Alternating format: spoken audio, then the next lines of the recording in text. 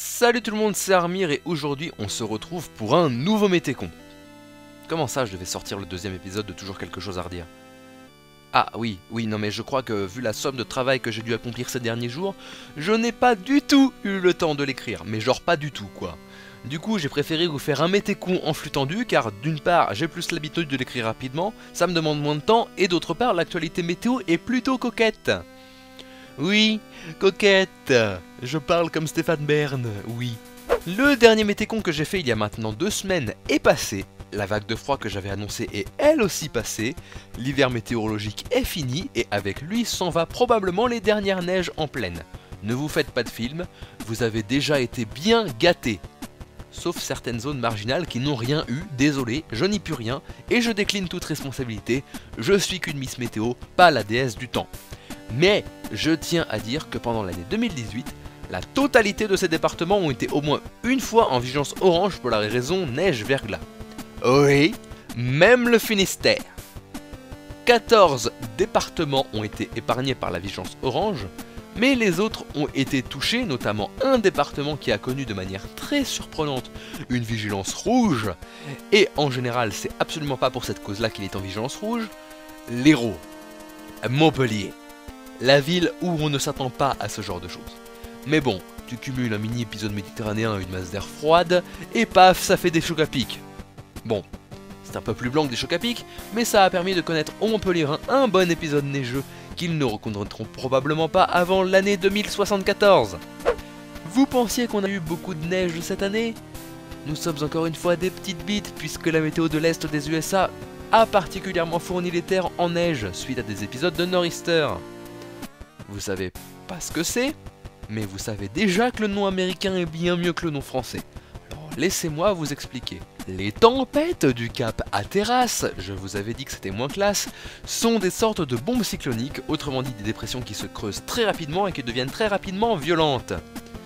Souvent en hiver cela apporte de la neige abondante avec de très fortes rafales de vent, donc un blizzard. Il est tombé énormément de neige en peu de temps, mais les épisodes de ce type se sont enchaînés assez rapidement cet hiver, donnant parfois des cumuls de neige impressionnants. Bon, ce n'était pas forcément de très gros Nor'easter, comme ce fut le cas du Great Blizzard de 1888, où le mètre et demi de neige qu'il a pu tomber à certains endroits a pu former des congères 10 fois plus hautes, faites le calcul, ça fait des congères de 15 mètres de haut, ou encore la tempête d'Halloween 91, qui n'est autre qu'une bombe cyclonique de ce type qui a absorbé un cyclone tropical. Je sais, c'est badass, je sais. Mais bon, la météo des USA est bien plus badass que la nôtre, et notre petit Moscou-Paris de merde qui dure 3 jours, ne faut pas se voiler la face. Bref, en parlant de cyclone tropical, ça fait longtemps que je n'avais pas parlé d'un, nous allons aujourd'hui parler du cyclone Ola. Oui, c'est bien le nom de ce cyclone. Ola, donc, est un cyclone qui est actuellement, au moment où je vous parle, en train de passer au-dessus des îles Loyauté.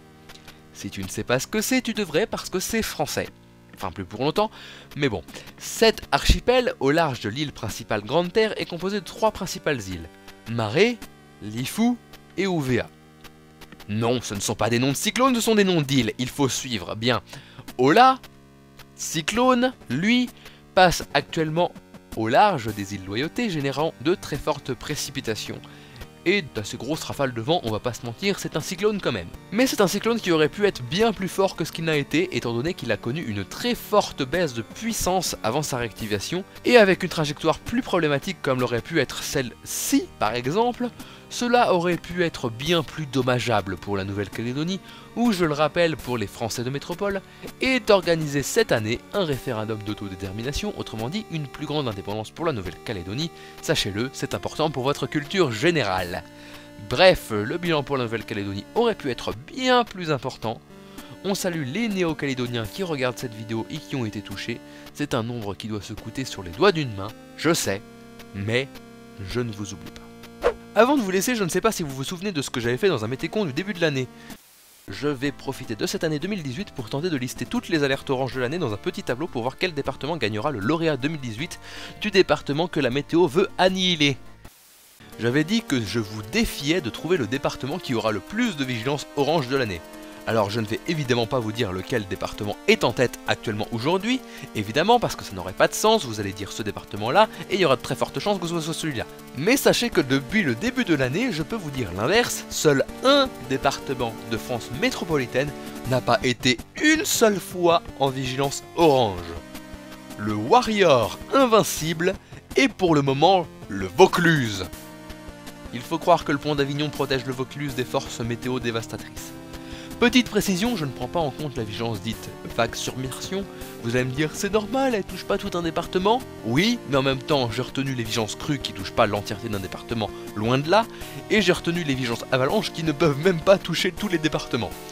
J'attends de voir Paris en vigilance orange avalanche, hein, vraiment, j'attends. Je ne parlerai pas du temps des prochains jours parce qu'il n'est remarquable en rien, il est totalement normal, et que mon épisode risque de durer aussi longtemps que l'épisode que j'ai repoussé, donc ça n'aura servi à rien.